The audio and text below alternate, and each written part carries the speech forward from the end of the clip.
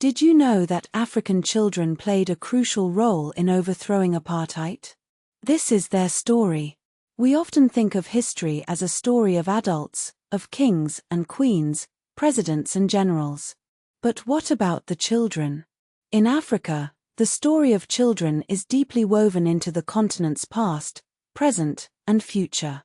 It's a story of resilience, innovation, and, most importantly, agency. Let's explore the incredible, often untold, history of children in Africa. Let's start at the very beginning. Africa is the cradle of humankind. Evidence suggests that humans first evolved here.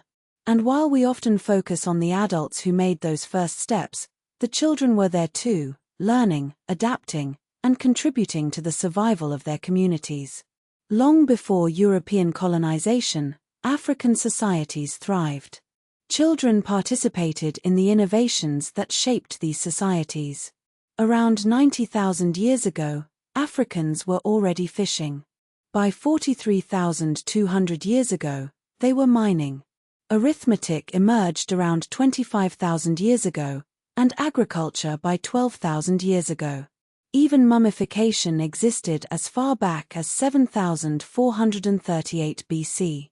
Children learned early, contributing to these developments through observation and practical application. West Africa boasted cities with foundations dating back to 250 BC, like Old Gen in Mali. Imagine the children playing in those ancient streets, their lives intertwined with the growth and prosperity of their city.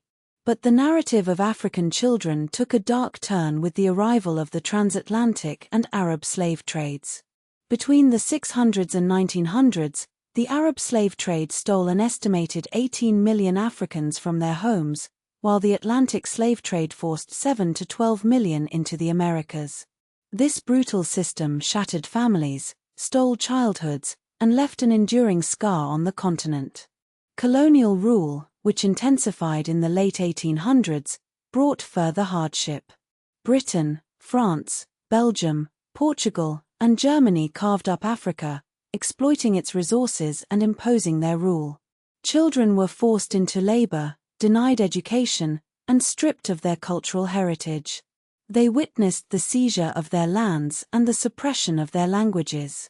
The colonial system aimed to extract raw materials and labor for Europe. Children were not exempt. They were often forced to work in mines, on plantations, contributing to the wealth of the colonizers while being deprived of their own futures. But even in the face of oppression, African children found ways to resist.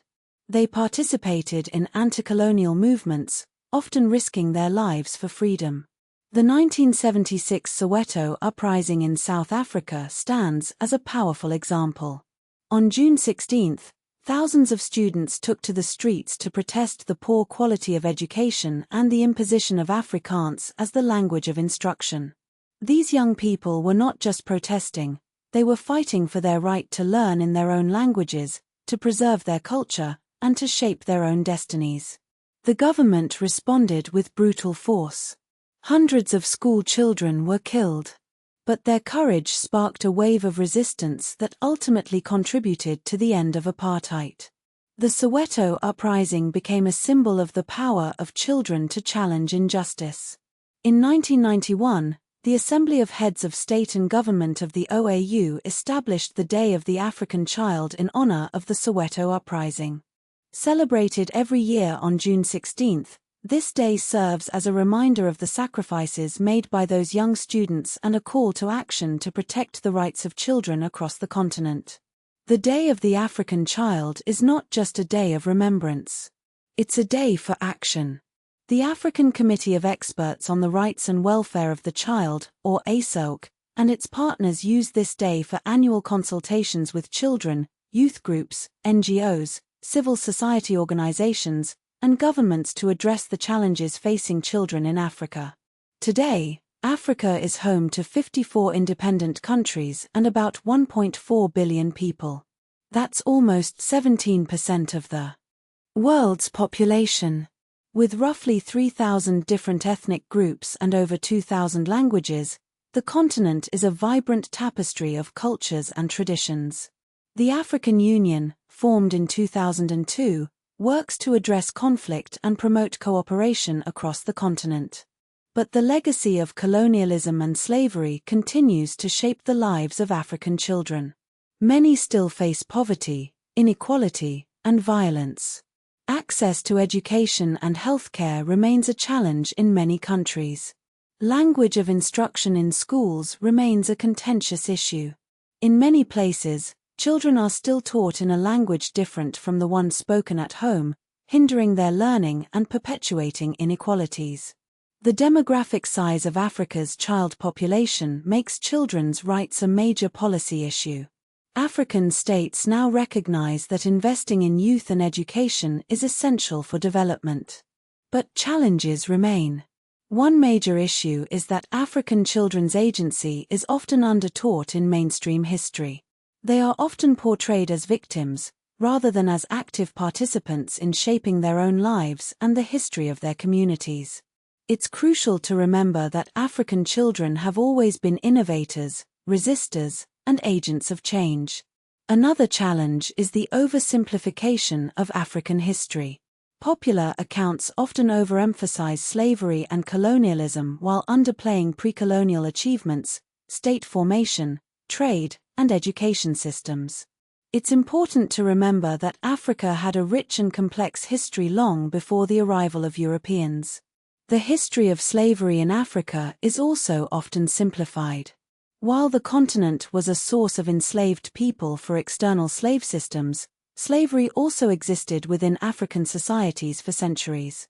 African children were affected by both internal and external slave economies. Finally, colonial and apartheid-era violence against children is sometimes softened in public memory. The Soweto protest is often remembered as a student uprising, but it's important to remember that hundreds of school children were killed, underscoring the scale of state violence. As we look to the future, it's essential to learn from the past.